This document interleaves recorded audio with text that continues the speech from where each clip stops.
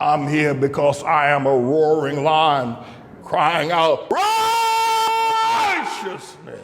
A woman bishop in England explains bishop racism. You know, black people are always moaning about this and moaning about that. They're just never satisfied. And the reason why is because they don't have anything to crow about. And after all these years now, slavery ended in America 150 years ago. British slavery ended over 250 years ago. And black folk are still fighting for equality, and still claiming that the white man is, you don't hear Latinos complaining like that.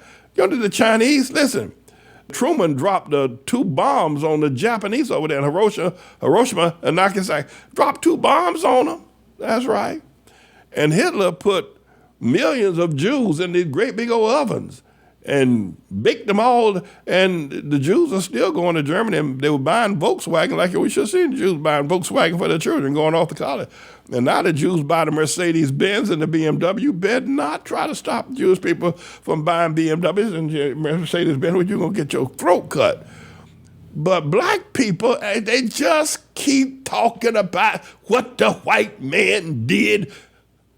He had us in slavery. You don't hear the Japanese talking about no bomb being dropped on them. Whole 400,000 people killed in 1 minute. You don't hear them talking about that. Black folk, the black white man, we ain't equal yet. We're not equal because it ain't because of the white man. Black folk is because of you. Now God has sent a word. You gonna listen to it or not? I swear, even the Armenians are getting along with people in Turkey. It's after 115 years ago, 100 million of them were killed. It just don't make no sense. The last people on the planet always moaning about the white man.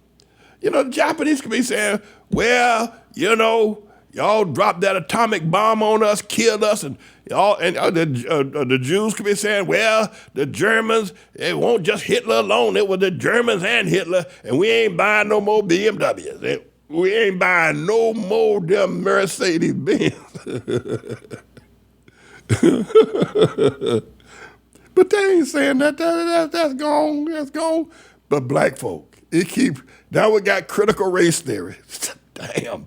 What's that all about? Critical. Most black folk don't know what the word critical means, except for you in the critical condition, got shot in the street south side of Chicago Saturday night, and you in critical condition. That's not critical.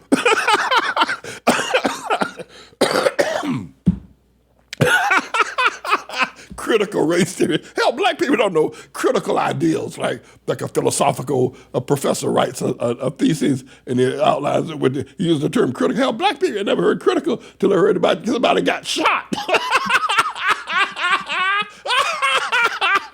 And then they got this thing called woke. Now that's a strange word, woke.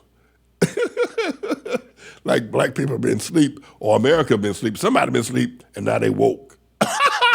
Not awake. I guess they don't want to use that because that's a Jehovah's Witness. You ever see the Jehovah's Witness? They come on Saturday morning and they knock on your door. Even the Jehovah's Witness on Saturday, and they got a magazine called The Awake, right? You ever see it? So, I'm going to let you see. I'm not into these, this woman's a female and she's a bishop or something like that. And I'm not going to get into all of that, but listen to what she says. This is over in the UK. This is over in England, right? This is across the pond. And her complaints. Listen to what she said. She does say some things I think are true, but I'll get to that in just a moment. Mr. India, pull it up. Let's take a listen to it. One of the dangers, when those of us have achieved, when some of us have achieved and have attained certain heights, whatever those heights may be, we run the danger of thinking it's all well. It is not. And we should never we should never mistake the fact that we have attained to something to think that it is perfectly all right. I think what concerned me most in that report was this blanket thing that Britain can now be an example to other majority white ethnically white people. No, it is not an example. Is it getting some things right? Absolutely, yes. But we will become an example. Britain will become an example when I walk into large establishments, or any establishments for that matter, and I don't see Black people only sweeping the floors, doing the cleaning and the catering. Yeah. I will know when I see Black people sitting around every table up and down this land, when I see Black people in leadership in all walks of life, then we will be able to say, and I will happily say, that Britain can become a model country. We're not there yet. So please, let's not kid ourselves. Let me ask you a question. You heard what she had to say, right? Why is it, and I'm going to do this in a more serious tone, I just did it one way, I'm going to do it another way. Why is it that it's been 75 years since the Holocaust, and you don't hear, I mean, they do have the Anti-Defamation League, they do remember the Holocaust, and they have memorials and all that kind of, all the Jews do, but you don't hear them railing against Germans. You don't hear, and that was 6 million Jews killed in the most horrific way. Yet Jews don't get up every morning talking about the Germans and talking about equality. And then, of course, as I made mention before, that that Truman dropped that bomb on the Japanese, dropped 2 bombs. Nuclear weapons. The only time a nuclear weapon has ever been used in an act of war. America did it against the Japanese. But you don't hear the Japanese talking about we got to get even with America, what they did. And the Japanese are making them Lexus automobiles. You ought to go buy them. Lexus making all them Panasonics and making all them electronics and all that other kind of stuff and making all that sake. And then they got that thing called sushi and sake. Sake, sushi. Sushi, sake, sake. Sake, sushi, sushi. Sushi, sake, sake. Sake, sushi, sushi. Anyway, so... but you don't hear them complain. Why is it that America is still complaining after 150 years of being set free in America and 250 years of not being slaves in England? They haven't stopped complaining yet. And by the way, it is that the complaining is unfounded because they don't have anything. They haven't turned their lives around. The Japanese turned around and rebuilt Tokyo. You're there, Tokyo now. By the way, I understand that they're a little bit hesitant about letting Black people into Tokyo, lest they know how soon you're going to be leaving, because they don't want you over there starting trouble over there either. But what do you think the reason is? And again, it's not unfounded. It's not unfounded because Black folks still don't have anything. They don't have any major city. God tried to give them Harlem, and they wanted to kill me for making the announcement, and will kill me still. Talking about our first Black president. My God, you had a Black president, and you're worse off now than ever. But Obama wasn't Black. That's the first thing. That is the first thing. But and still, after all these years, you're still bitching and moaning. Why? Why? Everybody else, even the Latinos, have moved on with their lives. They have. They're not complaining about the Spanish-American War. And even the Mexicans, Santa Anna came up there and kicked Jim Bowie and David Crockett, up there in the Alamo, kicked them, took them in the red goods. But, Texas, they all got back together again. Even, Russia and America got together and, what is going on?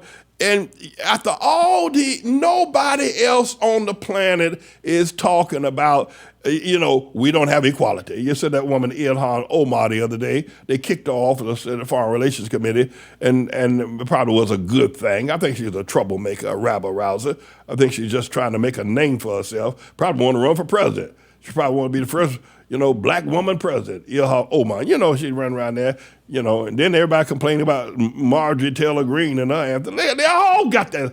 But by getting back to the point of this, however, is you would have one critically on that. Well, we need critical race theory. We need to teach what white folk did to Black folk, and we need to teach it in the schools because it wasn't taught. First, we didn't have a Black History Month, so they gave a Black History Week. Then they said, well, Black History Week ain't long enough. We need a whole month, so they gave them a month.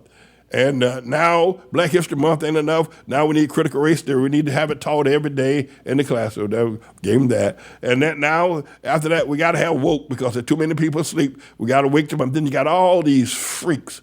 I mean, you got all these people, these so-called black freaks running around here, starting all these various organizations. And the situation get worse. I think that look on, if you will, Tyree Nichols the other day, he looked up and saw all them black people whooping the living daylights out of him. But Tyree Nichols, I need to redo that because I don't think maybe he was a little amazed that they were doing that to him. But Tyree Nichols was old enough to know what black people do to black folk. If you ask, you say you have a choice to say, well, you did something wrong. All right, you committed a crime. You did something wrong. You stole a dead man's eyeballs. Now, your punishment, you can pick your punishment. We can put you in the hands of white people and let them deal with you as your punisher of the crime of stealing a dead man's eyeballs. Or we can put you in the hands of black ghetto people and let them deal with you. Or put you in the hands of black church people. Don't forget about ghetto. Scratch ghetto. Woo! We'll put you and you choose whose hand you want to suffer your punishment from. You'll be in there for 9 months, right? Put me in the hands of white people. Don't send me to the black folks. I think Tyree Nichols, I think he was probably amazed that they were doing it to him. But he wasn't. He knows that that's how he knows about black folk. Been living around them down there in Memphis, Tennessee all his life. He know what folk do to each other. But they're always complaining, and never accomplishing anything. They don't build anything. I keep watching the television, all these Dubais and Ho Chi Minh City and all these major accomplishments and I was watching the CEO of IKEA Furniture sending tents and cots and mattresses and, by the gazillions over to Syria and Turkey because of the earthquake the other day. Where's the black mattress? Do we have any black furniture makers? Where's the major? No, we got a whole bunch of spear chuckers. By the way, you hear about that spear chucker, what's his name? LeBron James. LeBron James is now the world's leading spear chucker. That's right. LeBron James is now the #1 spear chucker in the world. That's right. Had a big ceremony for him the other day out there at Los Angeles, the Lakers, and they had Kareem Abdul-Jabbar, who was the greatest spear chucker before him, and now Kareem Abdul-Jabbar's his record has been broken. LeBron James has spear chucked more than 38,000 spears towards that basketball, towards that goal on the basketball, and now he's the world's greatest spear chucker. Right? So when you consider all things, the spear chucking industry is good, and then we had what's her name, the Beyonce, right? The gapper, the one who gaps them legs like you ain't never seen anybody gap no legs, wide open, and she is. Well, anyway, so, all right. So you get the idea that there must be something wrong after all these years. Everybody else, the Chinese, the Japanese, the Kohis, even the Indians have got their reservation. Even the Indians got first-class hotels and casinos, and even the Indians are doing well, except for the black folk. So, and this is, it's just, I'm not making any of this up. Running around here, well, we need another organization. We need more of this. We need more of that. We need a black president. What he got there? We need a black city. So, fellow said, for my punishment for taking the dead man's eyeballs, put me in the hands of white people. I'll come out of this and somehow or another alive. I'm James David Manning, everybody. I'm indeed the Lord's servant. I will be right back.